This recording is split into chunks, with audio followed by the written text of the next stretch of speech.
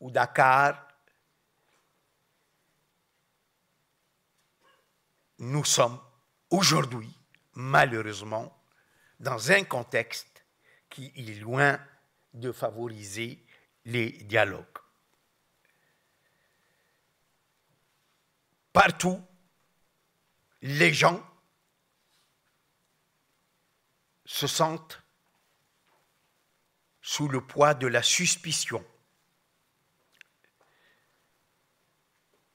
de la méfiance, de la peur, de la xénophobie, de toutes sortes de xénophobie. La xénophobie a plusieurs paramètres. Comment, dans un tel contexte, promouvoir le dialogue entre les cultures? Et quand je pose cette question, c'est qu'il ne faut pas se résigner à ces conditions qui ne sont pas propices au dialogue. Il faut créer dans ce contexte qui n'est pas propice au dialogue, les conditions qui le permettent. Comment promouvoir le dialogue entre les cultures, les religions, les peuples, pour éviter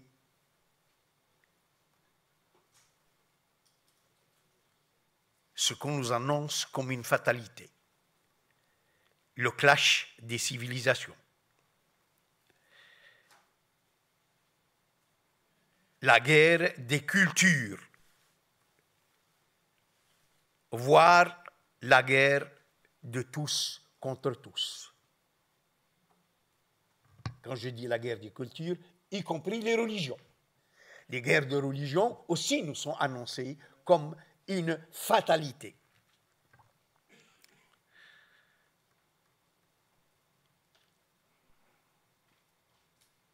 Comment créer les conditions d'un vivre ensemble respectueux des différences, un vivre ensemble solidaire par-delà toutes les différences qu'il ne s'agit pas de nier. On ne dialogue que parce qu'il y a des différences. On ne dialogue que parce qu'il y a des conflits. Et comme dirait l'autre, on ne fait la paix qu'avec ceux avec lesquels on est en guerre.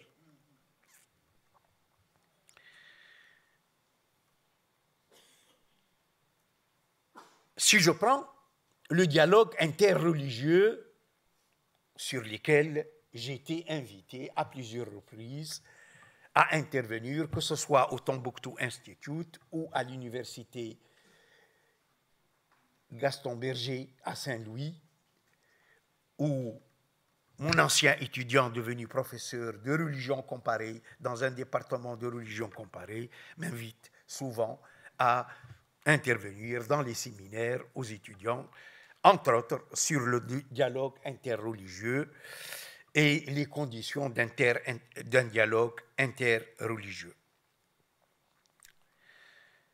Dialogue interreligieux qui est précisément mis en avant aujourd'hui face à la montée de fanatisme et des intolérances de toutes sortes. Je pose la question, je vous pose la question. Comment dialoguer avec des postures arrogantes comme celle qui part du postulat considérant que, comme nous sommes les adeptes des religions les plus anciennes, nous sommes supérieurs et que les autres religions ne sont que des hérésies ou de fausses religions. Ou, il y a ça. Les adeptes des religions les plus anciennes ont cette posture, mais aussi les adeptes des religions venues après se considèrent aussi comme supérieurs parce qu'ils sont les derniers. C'est la clôture, c'est la synthèse, c'est le dépassement. Et les autres religions sont caduques. Et donc, elles sont abrogées par le message qui est venu après. Donc, avec de telles postures arrogantes, il n'y a pas de dialogue possible, ou il y a un pseudo-dialogue, un faux semblant de dialogue. Pour qu'il y ait un vrai dialogue, donc, interreligieux, les religions, toutes les religions, quelles qu'elles soient, les religions déistes ou les religions non déistes, les religions monothéistes ou les religions polythéistes, sinon ne parlons pas de dialogue interreligieux, parlons de dialogue islamo-chrétien. Ou comme maintenant les religions abrahamiques, hein, les traditions d'Abraham. Et les autres, le reste de l'humanité, on ne connaît pas. Les autres traditions, on ne connaît pas. Donc pour qu'il y ait un dialogue entre les religions, toutes les religions doivent être vécues et perçues comme des voies de salut parmi d'autres, pas exclusives, ayant la même valeur que les autres, dans lesquelles leurs adeptes, peut-être moi je ne me retrouve pas, mais je me mets à leur place, comme j'ai dit tout à l'heure, et je vois pourquoi leurs adeptes s'identifient et ils voient une voie de salut qui leur permet de trouver les moyens de donner un sens à leur existence, à leur vie, au monde, à leur relation entre eux et avec les autres et à leur relation au monde.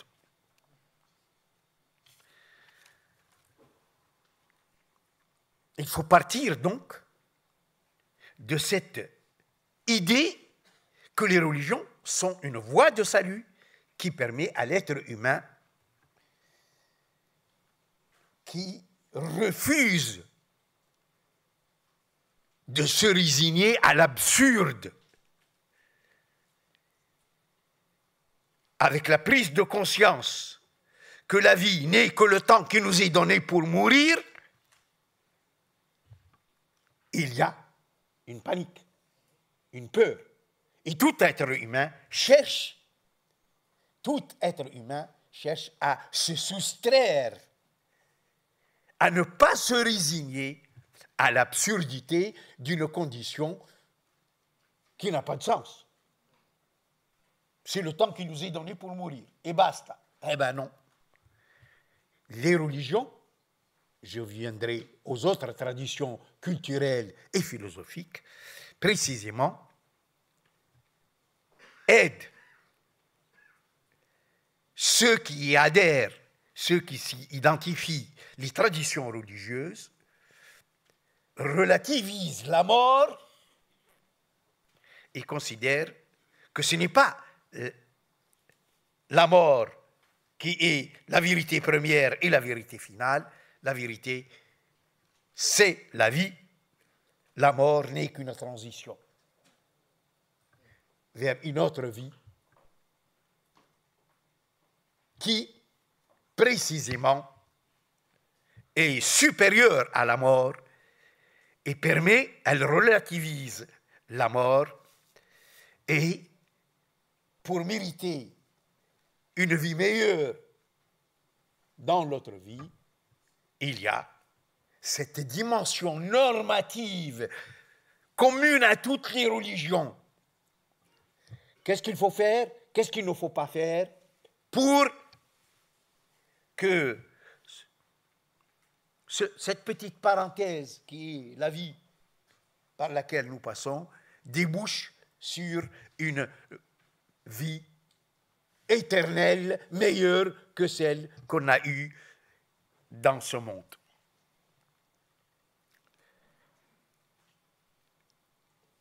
C'est ça qui est commun à toutes les religions. Mais la quête de sens n'est pas seulement propre aux traditions religieuses. La quête de sens ne passe pas forcément par les traditions religieuses. La quête de sens est ce qu'il y a de plus commun à tous les humains qui refusent de se résigner à l'absurde, comme je viens de dire. Elle est au fond de toutes les traditions religieuses, philosophiques, culturelles que les humains, par-delà toutes les différences qui les distinguent, sans forcément les opposer. Le problème, c'est ce qui nous distingue, ce qui nous différencie, est souvent transformé en ce qui nous oppose.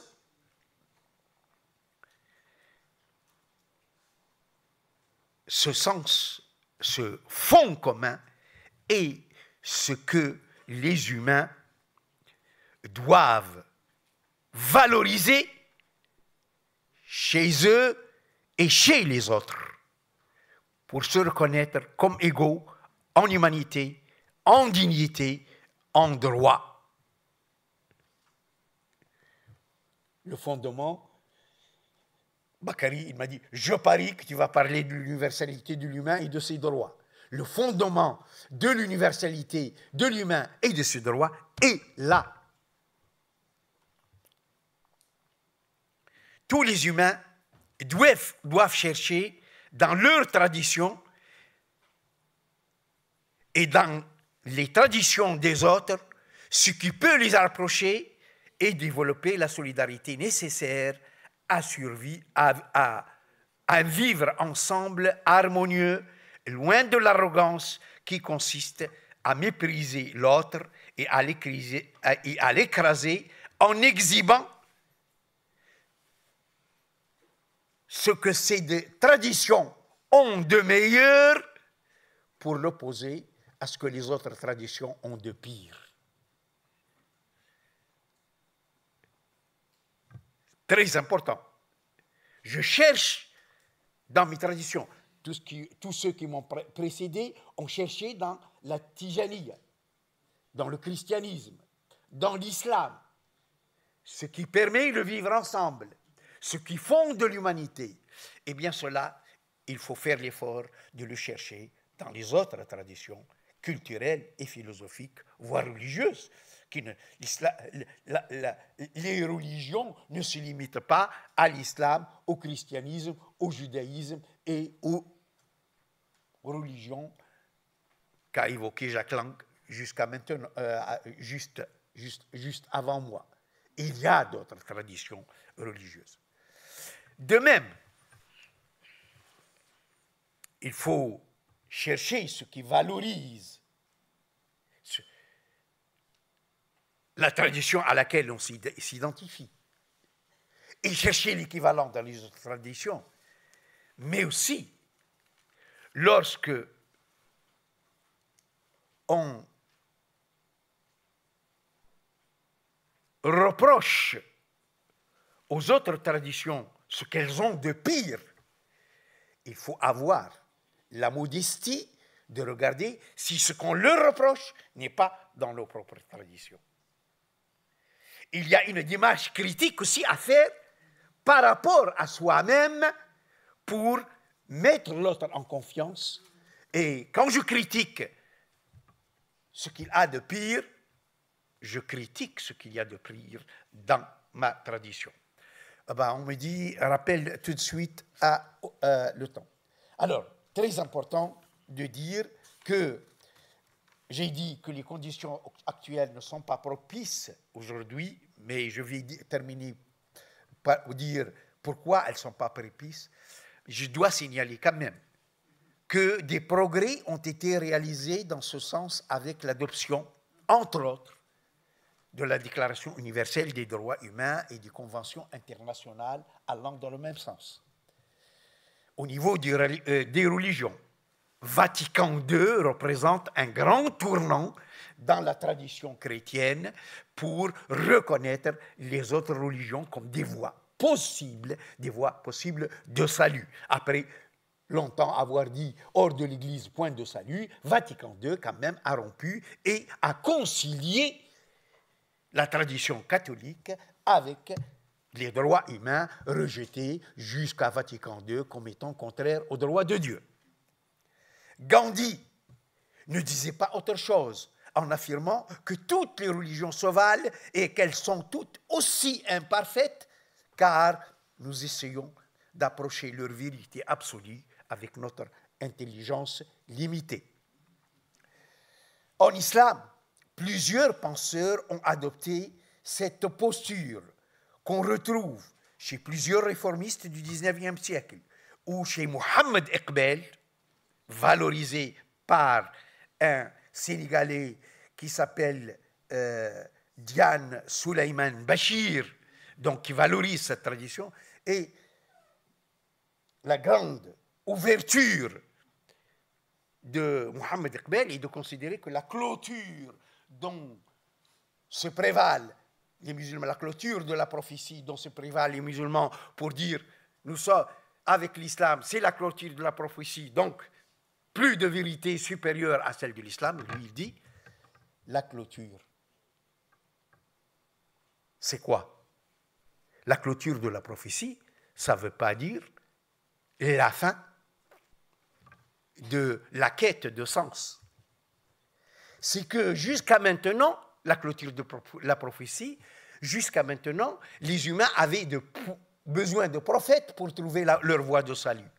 Désormais, les humains, tous les humains, doivent assumer la responsabilité de mener la quête de sens par eux-mêmes sans l'aide de la prophétie. C'est une grande ouverture que notre lecture de la clôture de la prophétie, valorisée par Diane Souleymane Bachir dans l'œuvre de Iqbal, mais valorisée aussi par le cheikh El Haji Malik Sy, cité à plusieurs reprises, et pour cause. Nous sommes chez lui, nous sommes sous sa tente, comme dirait l'autre, qui considère que les voies à Turuq et les doctrines sont différentes. Et cette différence entre les voies et les doctrines est l'expression de la différence des sensibilités, la différence entre les goûts, la différence entre les sources dans lesquelles on puise. Chacun puise dans des sources, comme on puise tous dans des sources. Alors je le cite en arabe, اختلاف الطرق والمذاهب تباين هو نتيجة التباين في الأذواق والمشارب. اختلاف الطرق والمذاهب هو تباين الأذواق والمشارب. Donc voilà, c'est très bien de trouver tout cela, mais il ne faut pas le chercher dans sa seule tradition ou celle avec laquelle on veut. Les théologiens ouvrent les voies aux adeptes des religions concernées pour sortir de leur autocentrisme. C'est déjà bien, mais c'est insuffisant. Il faut faire comme Gandhi en cherchant aussi dans les traditions des autres ce qui fait écho à ce que nous valorisons chez nous, dans notre propre tradition. De même pour les traditions culturelles et philosophiques, quand on part à la quête des origines de l'humanisme, par exemple, pourquoi ne pas chercher dans les traditions des autres? Pourquoi se limiter aux Lumières, à la Renaissance, au christianisme occidental, voire aux droits humains et à la philosophie grecque, et on s'arrête là? Pourquoi ne pas aller voir cet humanisme exprimé dans la philosophie de Confucius qui a inspiré, entre autres, Gandhi et d'autres expressions de l'humanisme en Asie. Pourquoi ne pas chercher dans les traditions chrétiennes, autres que celles de l'Occident, les sources de l'humanisme? Pourquoi ne pas chercher dans les traditions africaines, amérindiennes, dans les traditions animistes ou védistes du Nord comme du Sud, de l'Est et de l'Ouest? Si le dialogue interreligieux n'est pas dans cet esprit que ce qui est bien chez moi a son équivalent chez les autres, ce que je reproche aux autres a son équivalent chez moi, le dialogue interreligieux devient une imposture. Et il faut sauver le dialogue interreligieux et le dialogue entre les cultures et les peuples de cette imposture pour éviter qu'il ne devienne un combat de coq comparable à celui auquel se livre Trump aujourd'hui, tour à tour ou simultanément avec la Chine, avec la Russie, avec l'Ukraine, avec l'Europe, avec l'Afrique, quand il a reçu le président sud-africain, et qui risque de nous conduire toute l'humanité à des guerres interminables et de toutes sortes. Merci pour votre attention et merci pour votre patience, parce que je crois, de ce que j'ai compris, j'ai dépassé le temps, mais je ne compte pas.